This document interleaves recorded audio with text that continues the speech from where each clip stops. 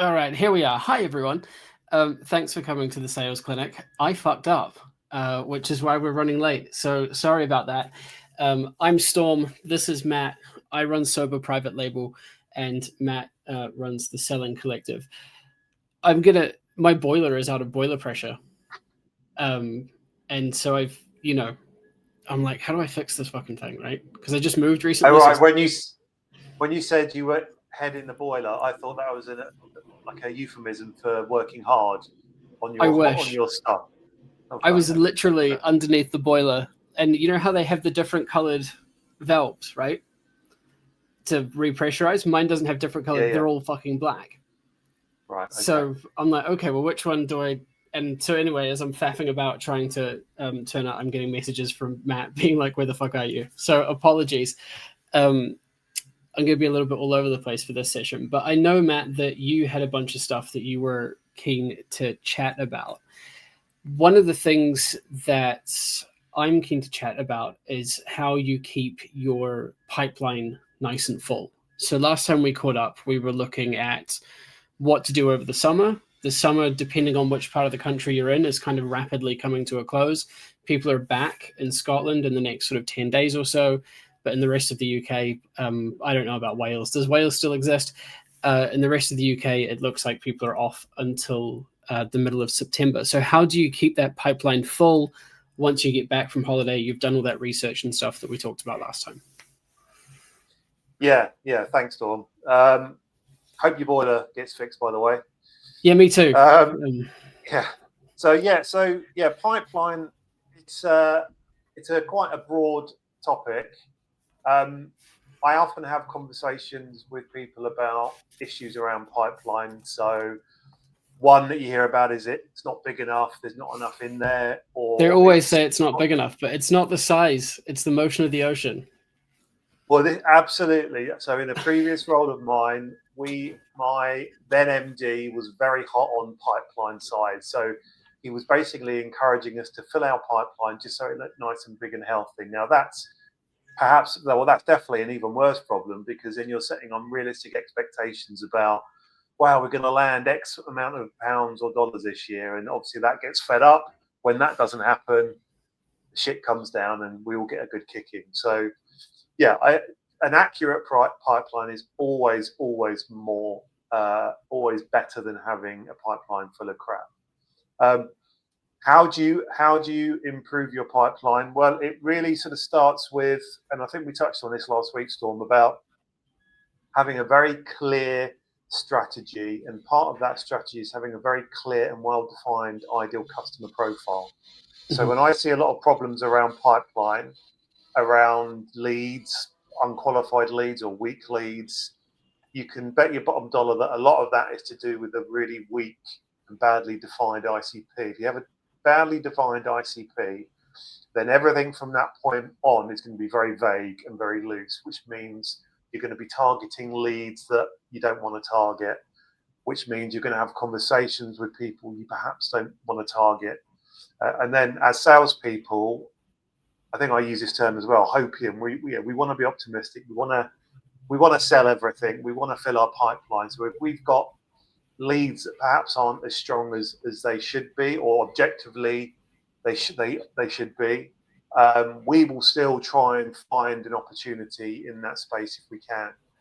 So if you have a lot of poorly qualified or weak leads, that will lead into weak opportunities, poorly qualified opportunities, then your pipeline gets full of crap, which, as I said at the beginning, is a significant problem. So in terms of filling your pipeline with good, well-qualified leads, it really starts with that tight ideal customer profile, understanding the problems that your customers or prospects are facing, how they manifest themselves in terms of dollars, pounds, cents, the impact, the language that they use to explain those problems, owning that problem. And then once you're very clear on that, then having some really clear demand generation processes based on that around, okay, where are my prospects going to be? Where can I get in front of them? Is it a conference? Is it conferences? Is it networking events? Is it LinkedIn?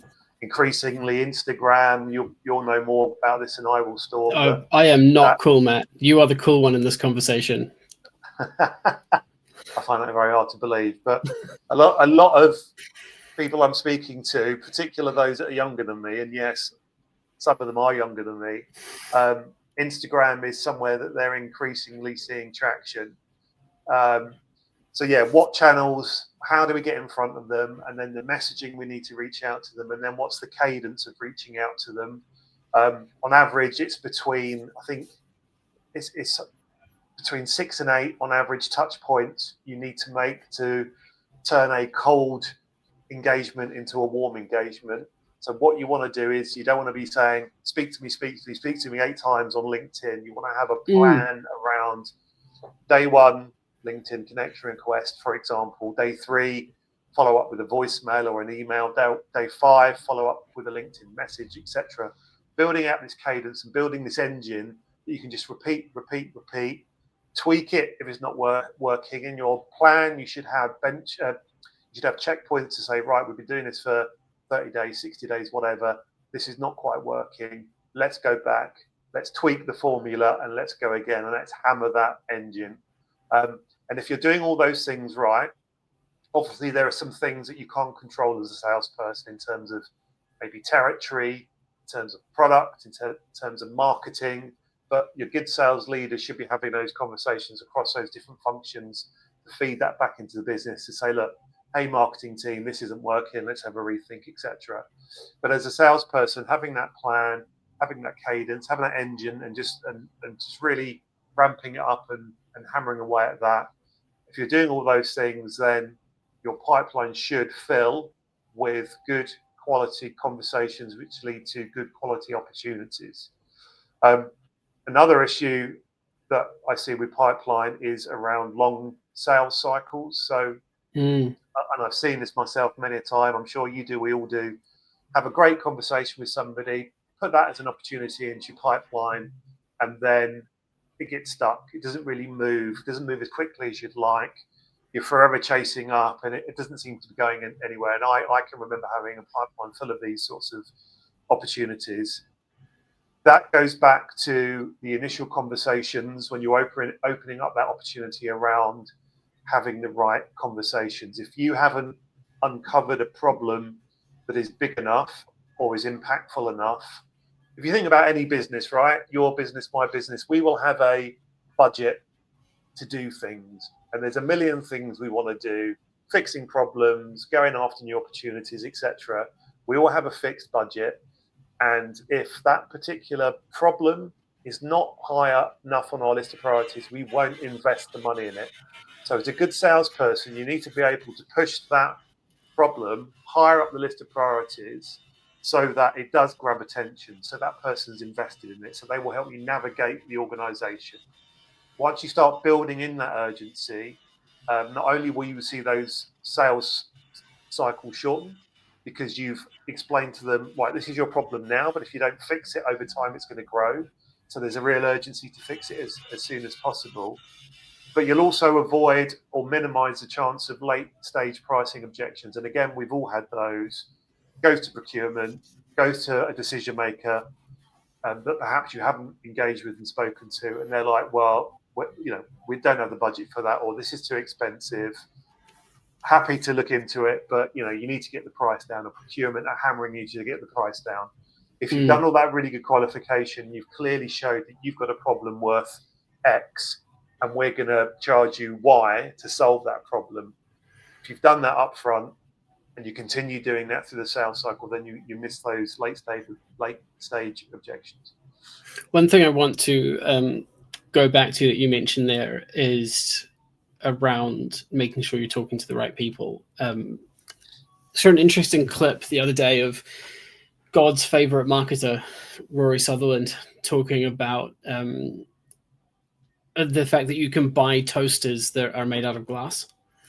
So you can see how perfectly toasted your bread is, and then sort of, eject at the right moment. And the argument that he was making was, next time you buy a toaster, you might not buy one of those, but you'll probably look because you want to see how much it costs, or they sound pretty cool. and he was talking about how people can't buy things that they don't know exist. And I think this is a very it's a sort of like very self-evident, very obvious thing, but I think that we spend a lot of time around really, really big brands. And by that, I mean the sort of billion-dollar, billion-pound companies, you know, your McDonald's and your Coca-Cola and your Pepsi, who are sort of buying up a lot of the advertising space. We all know that those brands exist because we see it all the time. But one thing for me, I think that we're missing is B2B sales, and certainly in B2B marketing, is the idea that people think that if we just build it, it will come.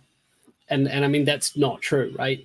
So everything that you said, great. From my side, what I see a lot of is people are like, well, we've built this great product, or, you know, we know that we've entered a market where there is a need, say you're an accounting firm or something like that, but then they don't tell people that they exist, and people can't buy from you if they don't know about you. So I'm keen on your thoughts on this and things that you've done. People that I've been chatting to at the moment are looking at doing a whole bunch of different things, including like traditional media advertising and buying, looking at things like radio, things like print, things like digital for the sort of owned audiences, not digital LinkedIn, but digital on, like, I don't know, the New York Times, whatever.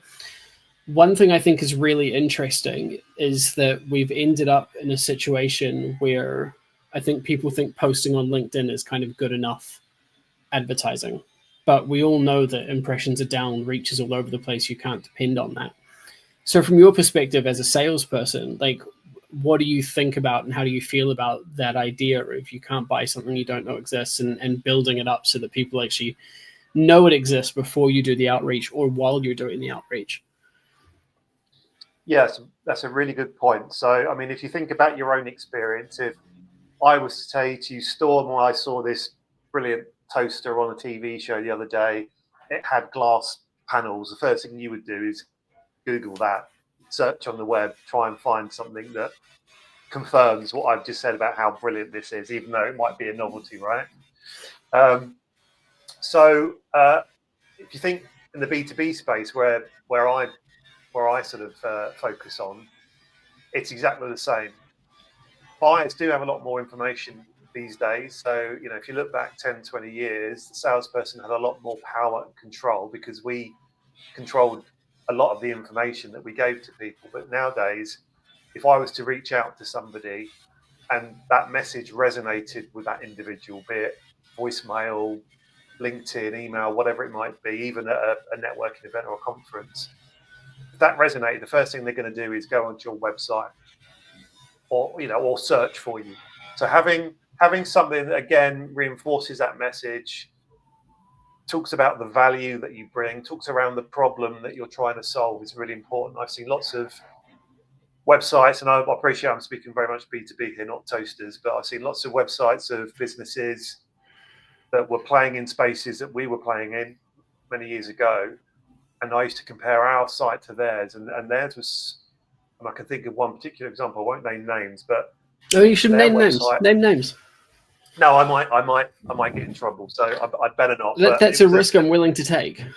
There was a particular product that we had brought to market several years ago, and there was already an incumbent who was quite well known in the space, but they were industry agnostic. We were very focused on our particular industry, which gave us an element of differentiation because we understood the language of the industry, we understood what they were trying to do, some of the pain points, etc. But you went on our website and it was all very airy-fairy corporate language, whereas their website was straight into the problem. These are the problems you've got. And it had loads of testimonials. It had loads of social proof. It had loads of thought leadership that, you know, I would read and go, wow, that's amazing. If I can try and copy some of that and use that in some of my sales conversations, that would be brilliant. So, yeah, they need to be aware. But I think in the B2B space, again, not focusing on toasters, in the B2B space, awareness is important, but they're going to go and look for you, especially if you resonate and you have a message and you engage with them. They're going to go and look for you. So everything you're talking about from a sales perspective has to align with what marketing is saying. Marketing has to be focused on the industry, the problem you're solving, as well as the product that's being built has to align as well. So funnily enough, I was having a conversation with a guy yesterday in the US, and he was saying that he's very strong on making sure product, customer success, sales, and marketing are all very linked together. They're not working in silos, and I completely agree with that. Because, and I know I'm going off a tangent here, but I've seen it myself where products are going in one direction, marketing's going in another, and sales is going in another. They need to work all together, as well as customer success, to make sure that message is clear and coherent. That would be my view. Which reminds me, by the way, if there's anyone that's watching that has questions about the things that we're talking about, feel free to pop them in the chat, and we will answer them as they come up. I've got a potentially slightly controversial one. Voicemails. You've mentioned them a couple of times. I get voicemails from people on LinkedIn, send a connection request, I connect. Most of the time I connect with people who connect with me because I know they're going to pitch slap me and I get to put them down. And because I'm a little bitch, I enjoy doing things like that. Like, I can be quite catty.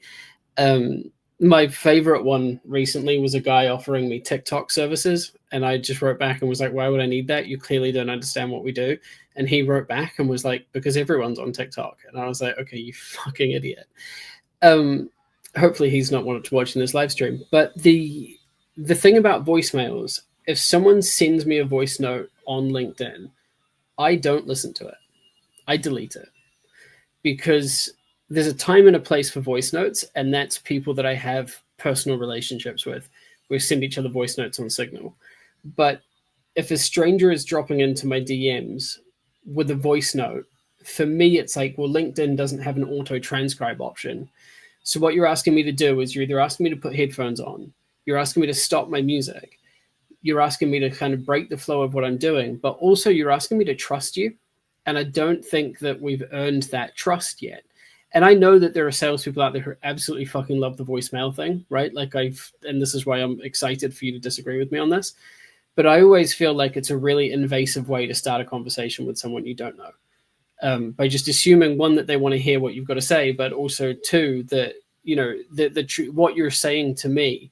And like, I know what I look like, right? So I think I'm coming at this from someone who looks quite mask and who's used to being like approached by men and are used to the things that can mean. I can't imagine what it's like if you're a femme person who's getting random voicemails from men in their inbox. So I just think it's fucking gross, right? What do you think about that? Yeah, so I think the first thing I'd say, it's another channel. So you shouldn't, when I talked about the cadence plan at the beginning, you should have multiple channels, and that should be one of them, depending on the industry. I'm like you, I don't tend to want to open them, even from my friends when they leave me voice notes on WhatsApp. Even then, I even prefer just write it out. I don't know why. I don't. My sister does it all the time, and it annoys Mine me. too, and they're always like 3.5 minutes long, and I'm like, hun, I'm never going to listen to this. Yeah, I know. But saying that, there is a lot of data out there that suggests that personalized notes and personalized videos do actually get some traction. And funnily enough, I was looking at this the other day. I haven't got the numbers in front of me, but it's a surprising percentage of people respond to personalized voice notes and video messages. Now, I think that depends on the industry. I don't have the numbers in front of me, but yeah, there is value in it. I have tried it myself several times. I felt really uncomfortable and it didn't work for me. But I don't think it should be something that should be discounted out of hand. I think there is a space for it. And as part of your sales strategy up front, once you're defining the audience and the prospects you're going after, if one of those channels that you deem to be potentially valuable is voice notes, voice messages, cold calling, leaving voicemails, then that's something you need to get your big boy pants on and certainly have a go. I mean, no one's got a magic bullet for this, and there is an element of trial and error. And I've tried things and I've hated doing it, hasn't worked. Sometimes I try these things and they do work. So I don't think you should be completely closed-minded to it. However, I agree with you. I don't like them. We've got a question here.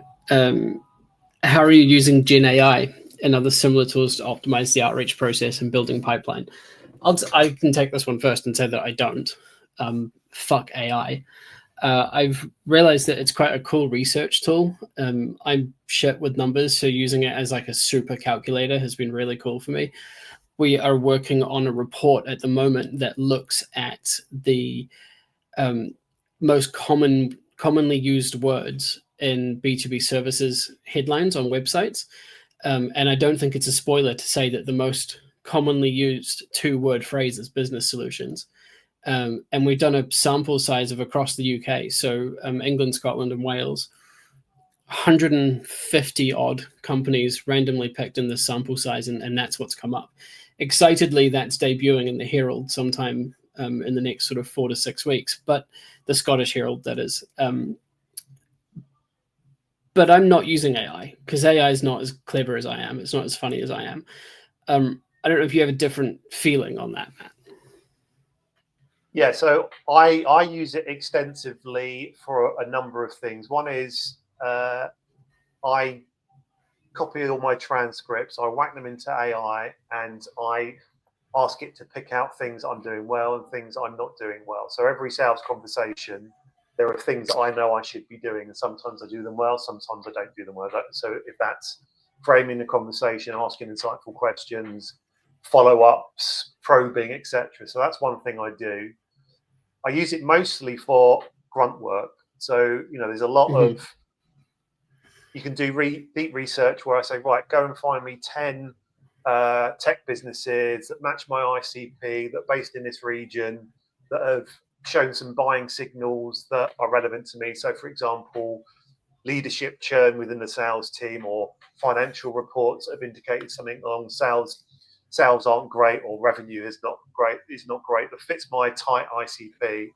And then that will come back with 10 businesses, and then maybe 3 or 4 individuals within that organization.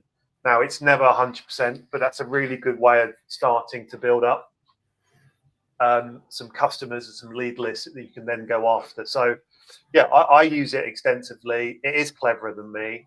You're obviously a cleverer person than myself. But what I see is a lot of people relying on it too much. So you go on LinkedIn and you can just spot a LinkedIn post a mile away, even emails and stuff like that. So you need to use it in the right way, but it's just another tool. And everyone's got AI fatigue now, haven't they? Every company I speak to, they're talking about AI this, AI that. And it's like, well, that's great, but don't get dazzled by the technology. Ultimately, it's about the problem that you're trying to solve with it. Have you seen the film Her? I have, yes. Yeah, that's the kind of AI that I thought we were getting. Yeah. Something that they could have like a proper conversation with. Although scarily, I've got a Google Nest Audio, and I've got so used to talking to it.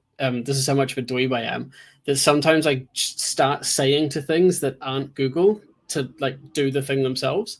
It's like there's a fan in the living room, and sometimes if the fan's on, I'm on the sofa, I'll start saying like prompt word, can you turn the fan off? And then I'm like, wait a minute. But the thing I have learned too, so I use Perplexity for a lot of my research. This is not a singing endorsement of Perplexity. It will pull companies that no longer exist if you ask it to build lead lists. And so one of the things that I learned is that you need to tell it to then cross-reference that with Companies House and remove all the companies that are in liquidation or have been dissolved. That was almost a very expensive mistake for me because we were doing a flyer drop campaign. So you just give the region, the postcode to Royal Mail, and they drop them off. So we need to know that they're active businesses in that postcode. So yeah, I think the gospel thing, I think, is one reason I get so wound up about AI as a tool. But like I say, it's a super calculator. Bring it on. Yeah, back to your point about lead list, you're absolutely right. The amount of times that looks an interesting company, looked for it, and they're out of business. So it does 70% of the work. Then I go on to LinkedIn Sales Navigator or Zoom Info or whatever, and just confirm that is the case. I do a bit of a sense check myself, but yeah, it does save me a huge amount of time. Keep those questions and comments coming, people. We put us through our paces. Matt, do you pay for Zoom Info? So I've used it in the past in a previous role. I don't. I pay for Sales Navigator. That that works well for me. Mhm. Again, you can build in your tight ICP exactly what you're looking for. Doesn't necessarily give you very good buying signals, but I also use Google Alerts to then. So I build my target list. I use ChatGPT to confirm that and pull some businesses out. I then go on Sales LinkedIn Navigator just to sense check that, make sure the people are still in that business. I ask it to look for buying signals, and I just sense check those as well. And sorry, what was the question? I got lost there. Do you pay for Zoom info? Oh yeah. So then I use that on Sales Navigator just to confirm it, and that works for me. But yeah, Zoom info, I have used it in the past. They're all much for muchness, really. You know, Follow will give you certain amounts of information. Yeah, we've just actually gone back to playing around with Apollo. My favorite thing about it is the availability for mobile phone numbers. Because obviously, if you put your mobile phone number on the internet, some cunt's going to find it. And I'm that cunt, right? So I'm going to call you. One thing I think is interesting too is the language that people use around their sales and their marketing. So one thing I think we see a lot, and we see this with the Lumpy Mailman, Louis Sanford on LinkedIn. So if you're not following him, definitely go and check out his stuff. But his specialty is sending like lumpy mail, 3D mail, whatever you want to call it. So you'll send a coconut in the post with a note that says you've been a tough nut to crack and that kind of thing. I see in my DMs, and obviously I'm all about positioning, right? So I'm all about sort of being really bold and standing out. And, you know, I'm a big subscriber to the idea that like being forgettable is the worst thing that you can be when it comes to advertising and marketing. What kind of language do you know, how do you work with maybe ChatGPT or your own brain to work out the sort of language that you want to use in a cold outreach? Because the stuff that I get, it's just fucking atrocious, man.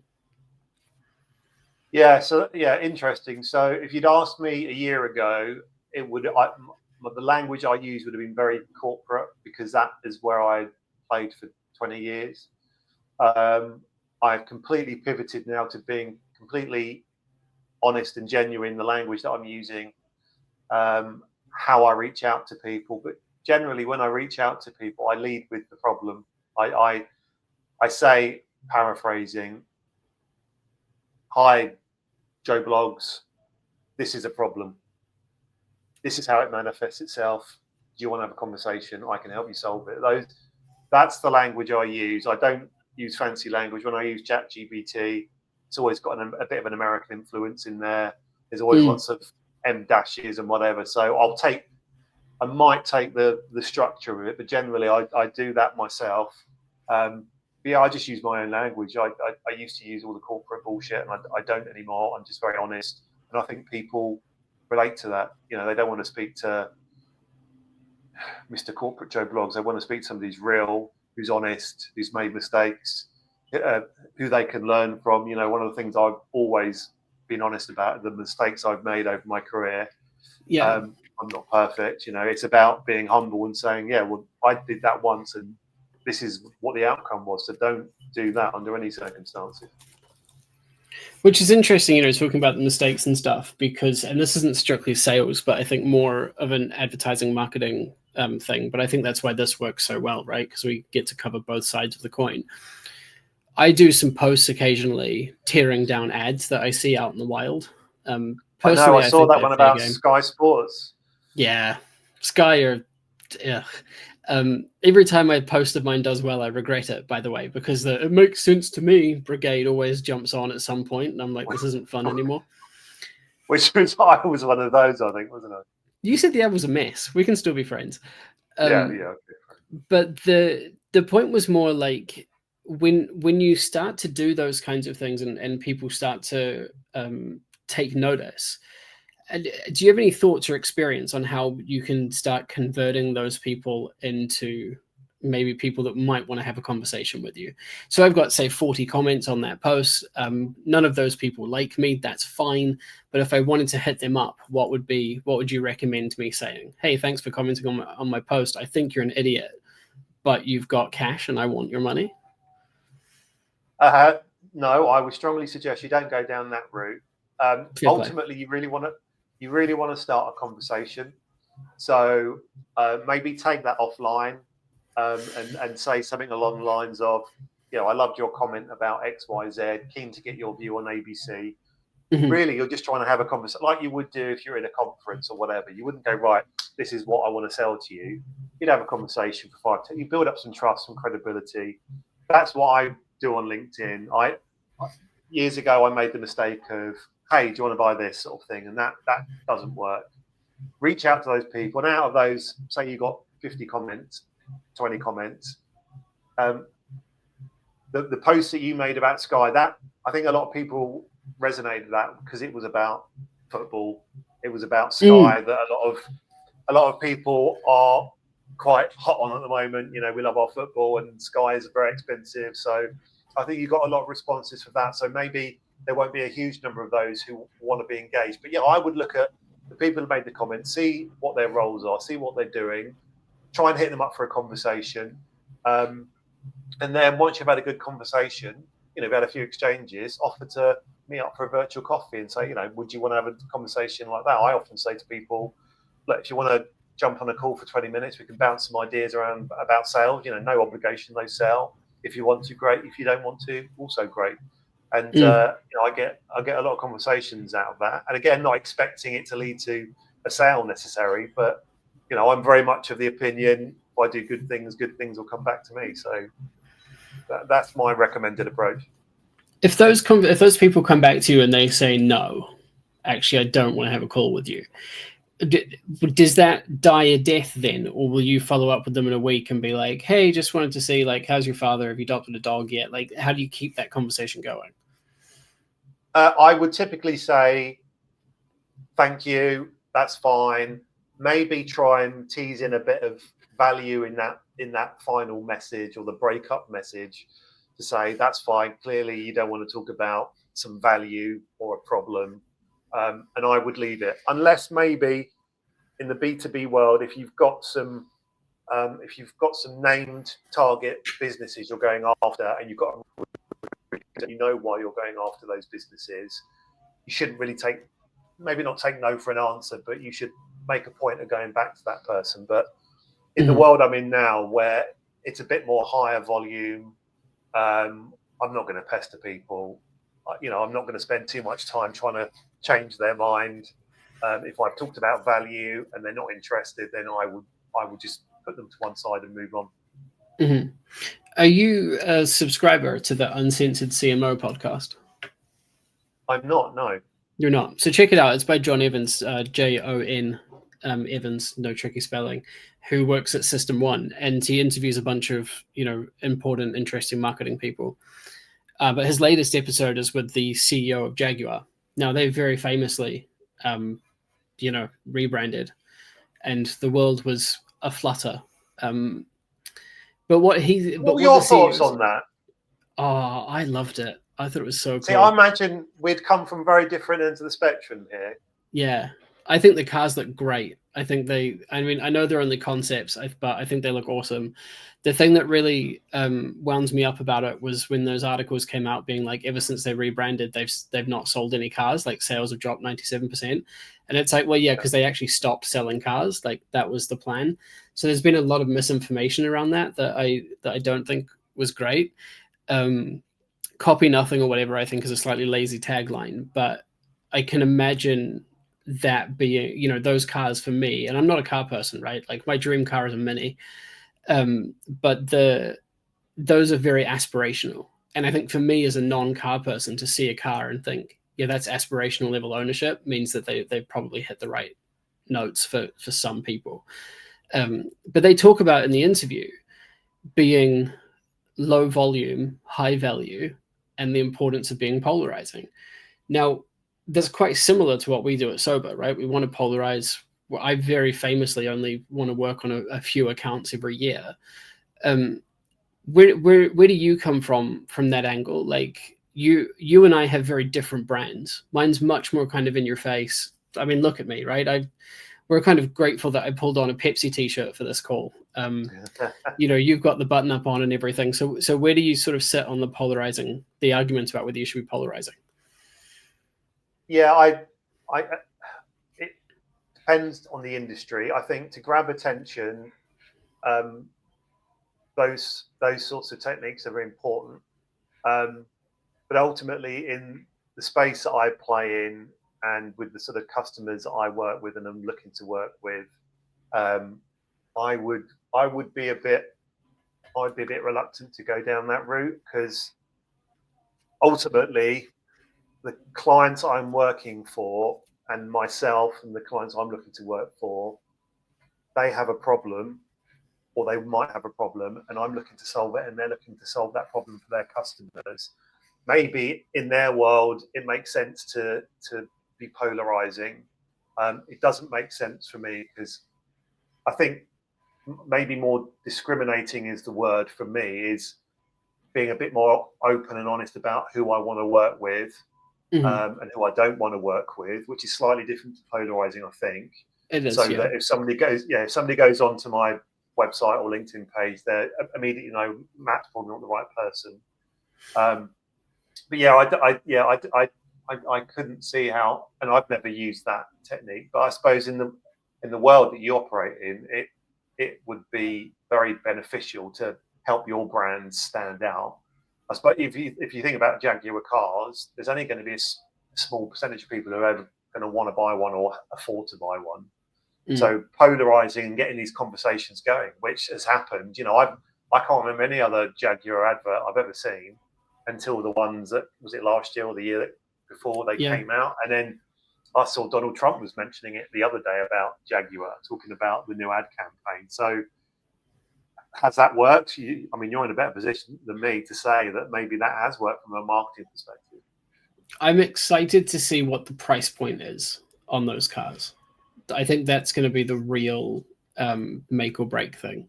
If they come in and they're super aspirational, they're 800,000, whatever, they're very, very premium, I think that's going to change the conversation straight away. Storm, please never spend 800 grand on a Jag. Promise me that. No, I promise you. My dream mini is only like 30k, so but I think, for us, the polarizing thing is super important, because we do market positioning. We need to be able to show people you have to stand out. That's the really important thing. So I did a post this morning on LinkedIn about mascots. So we have a mascot in the top right, the Ramen Rascal. Only 7% of UK advertisements have mascots in them, but there are reams and reams of research that show that people create emotional bonds with mascots. And when someone's emotionally bonded to a brand, they spend twice as much as someone who's not. So, and would that apply in the B2B world as well? Yeah, 100%. I mean, look at Salesforce, the Trailblazers. Like all those little characters and stuff that they've got, and it's really interesting, because I know that this stuff is true and the research is there to back it up. But in order to attract the right customers, I have to show that this stuff works and that it's powerful. And so the ad campaign, which I'm excited about, like, I don't want to say too much about it, but when we do have, this clinic land within my next ad campaign, I think we should probably do like a big discussion about it, because we've gone out there with a really provocative headline, and also with, with the mascot being like front and center. So polarizing is important for me, because I need people who look at Soba and say, that's cool and interesting. I want to be cool and interesting. But if you look at us and you're like, you're not cool and interesting, I don't want to be cool and interesting, then you're a nightmare client for me. Also, we have a comment here just before we wrap up, saying that mascot, this is to the mascot point. John's a fractional CMO, member of the, what is it? What's the accreditation? FCIM stand for, I can't remember. Chartered Institute of Marketers. But yeah, so basically mascots and stuff work better in B2B. And partly that's a novelty thing, like I didn't shut up about this campaign where I was giving these little cats away for ages. People loved it. These cost me 11 quid. And yet it was incredibly disruptive, because, which B2B companies give away stuffed animals? Fucking none of them. Maybe I should look into a mascot. You 100% should look into a mascot. A little bald man with glasses. Yeah. Yeah, like a little Scrooge McDuck type mascot. Yeah, I might have a conversation with you offline about that. Yeah, I think that'll be fun. And let's do it, and then we Yeah. can show the people the process for building a mascot. Yeah, that's a really good idea. Done. Matt, sorry that we were late because of my boiler. No worries. I'm Thanks going to go for and have doing it again. a punishing cold shower, I think, to remind myself that I am in fact below God. Thank you so much. This has been very good fun. You can't have a hat, John says, because John's thing is a hat. Yeah, no, fair enough. I saw that. Yeah, thanks, Storm. And if there is anyone left on the line, if anyone wants to have a free session with me, then hit me up with a DM, as the kids say, and we can have a free catch up. And if you'd like to have a paid catch up with me, hit me up in the DM. Prices start at, I don't know, pick a number, Matt, between 5,000 and 7,000. 800 grand, so you can get your Jaguar. There we go. Thank you so much. Yeah. See you in 2 weeks. Cool. Yeah. Cheers, mate.